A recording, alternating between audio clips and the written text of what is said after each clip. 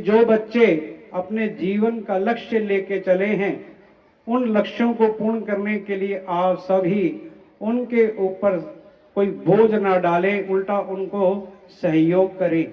अगर एक बच्चा वह एक पायलट बनना चाहता है तो हमारा फर्ज बनता है कि उसको साथ दें, उसके जो रास्ते में दिक्कतें आती हैं, परेशानियां आती हैं, उनको दूर करें।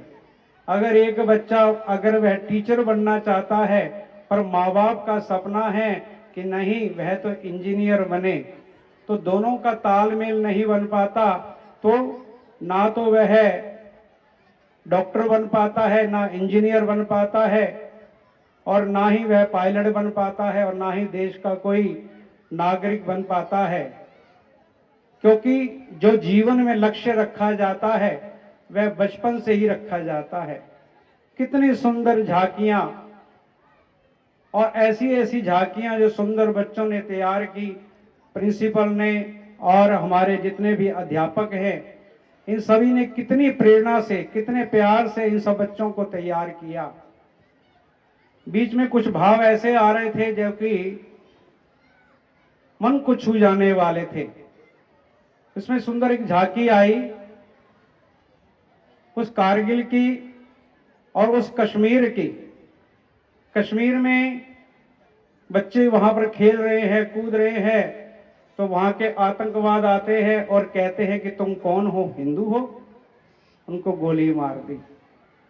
दूसरे से पूछा गया तुम कौन हो, कहते हिंदू हो, गोली मार दी गई। क्या हमने कोई पाप किया है हिंदू बनकर? क्या हमने कोई ऐसा अपराध कर लिया कि हिंदू बनना कोई पाप है? हमें गर्व होना चाहिए कि हम हिंदुस्तानी हैं। हिंदू, मुस्लिम, सिख, ईसाई बनना कोई बड़ी बात नहीं। ए इंसान तो इंसान बन जा, इससे बढ़कर कोई बात नहीं। क्योंकि हिंदू, मुस्लिम, सिख, ईसाई बनना ये तो हमारे बचपन से ही हमारे माँ बाप हमें सिखाते हैं कि आपका जन्म हिंदू घर में हुआ है, आपका जन्म सिख परिवार में हुआ है, आपका जन्म ईसाई घर में हुआ है, पर वास्तव में हम इंसान हैं। अगर इंसान अपने कर्म को अगर सही ढंग से सुचारू रूप से चले तो हमारा लक्ष्य कोई भेद नहीं सकता, क्योंकि हमारा लक्ष्य अजर और अमर है। क्योंकि जीवन में हमने बहुत कुछ सीखना है। दिल तो कर रहा है कि अपना बचपन भी ऐसे ही हो जाए, क्योंकि हमारे समय में स्कूल में ऐसे प्रोग्राम नहीं होते थे। एक छोटी सी तख्ती होती थी और उसको पोंछ कर रोज सुबह जाते थे और जाकर पढ़ते थे। तो आज का कितना आधुनिक युग आ गया है, कितने मनोरंजन के साधन हो गए हैं, कितने शिक्षा पद हमें यहाँ पर मंच पे हमें सीखने को मिलते हैं। केवल यह बच्चों का परफॉर्मेंस नहीं है, हम भावुकों का भी बड़ा अच्छा परफॉर्मेंस है। कितना सुंदर लगा कि एक बच्चे ने पूरा 365 दिन की जो छुट्टियां थी उसको काटने के बाद जितनी छुट्टियां स्कूल में प्रेजेंट होनी चाहिए वो पूरे के पूरे दिन आए। कितनी प्रशंसा की बात है। जीवन का लक्ष्य था कि मैंने पूर्ण रूप से नियम को पालन करना है और अपने कर्म को सिद्ध करना है। हमारे महात्मा में बोला जाता है कि कोई अनुष्ठान किया जाए तो वह सफल होता है, कोई अनुष्ठान करें तो सफल होता है। अगर उसके बीच में कोई रुकावट आ जाए तो एक नहीं अनेकों जन्म लेने पड़ते हैं, तब जाकर वह सफल होता है। कितना मन प्रसन्न हुआ कि रोज बच्चे आते हैं, और ये ना सोचे कि हाँ जी कि जो बच्चे नहीं आए, पूरे समय पर नहीं आ पाए, क्या वो प्रशंसा के पात्र नहीं? वो भी प्रशंसा के पात्र हैं।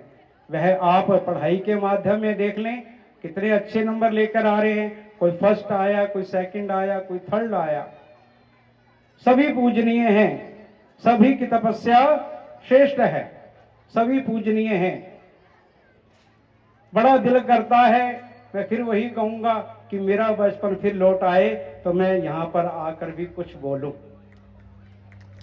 क्या आपका भी दिल करता है? बताइए, हाथ खड़े करके बताइए ना। हाँ, लगता है सबको नहीं चाहिए, थोड़े लोग ही हैं जो बचपन में जाना चाहते हैं।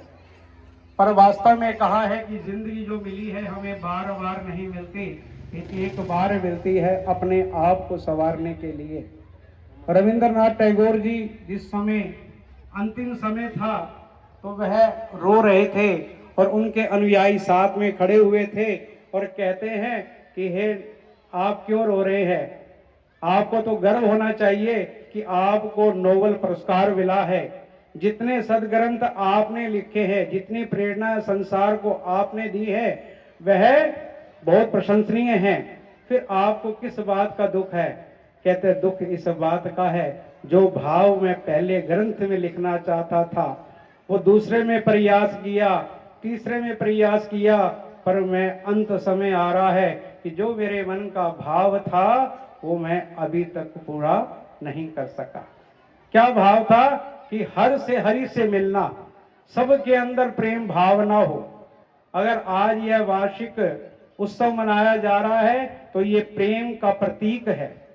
हम सबका जीवन का जो लक्ष्य है ये है कि स्कूल में विद्या में जो हमने पढ़ा है उससे हमने डॉक्टर बनना है। कितना अच्छा लगता है स्कूल में बच्चा पढ़ के स्वयं डॉक्टर के रूप में यहाँ बैठे हैं, कितनी प्रशंसा की बात है। और आप में कितने सब बैठे हैं, कोई अपना कारोबार संभाल रहा है, कोई ऊंचे पद पर बैठा है। कहा गया कि अपने ही आप को देखना, चिदानंद रूपो शिवोहम, कि मुझ में और तुझ में कोई अंतर नहीं है। अंतर क्या है कि तू नारायण है और मैं नर हूं, पर मैं नर से भी नारायण बन सकता हूं केवल अपने कर्म के द्वारा। मैं भी पूज्य हो सकता हूं अपने कर्म के द्वारा। आज कितने टीचर साहिबान पूजनीय हैं, गुरु पद मिला है उनको। सभी बच्चे आते स्टेज पर आए, सभी ने प्रणाम किया। यह शिक्षा मिली है हमारे को अपने माता पिता से, अपने गुरुजनों से। अभी थोड़ी देर पहले प्रिंसिपल साहब जी का बेटा आया, उसको देखकर मन इतना हर्षित हो गया कि कितने अच्छे संस्कार मिले हैं, बचपन में ही उसको शिखा रखी हुई है। कितना सुंदर भाव परिवार से मिलता है। अगर परिवार की अगर अच्छी सोच होगी तो हमारा जीवन भी सफल होगा, नहीं तो पांडव भी हैं और कौरव भी है। अभी बताया हमारे मंच पर माननीय प्रधान जी ने कि शिक्षा जो है धर्म भी लाती है और अधर्म भी लाती है। धर्म की पताका पांडवों ने स्थापित की और अधर्म की जानते ही हैं आप। कहा है कि सूरदास बनना बड़ा अभिशाप है, पर आंखें होते हुए भी इंसान सूरदास हो तो मैं तो ये कहूंगा कि इससे बड़ा नरक व्यक्ति कोई नहीं है। जागना होगा हमें, क्योंकि धर्म की रक्षा भी हमने ही करनी है, क्योंकि हम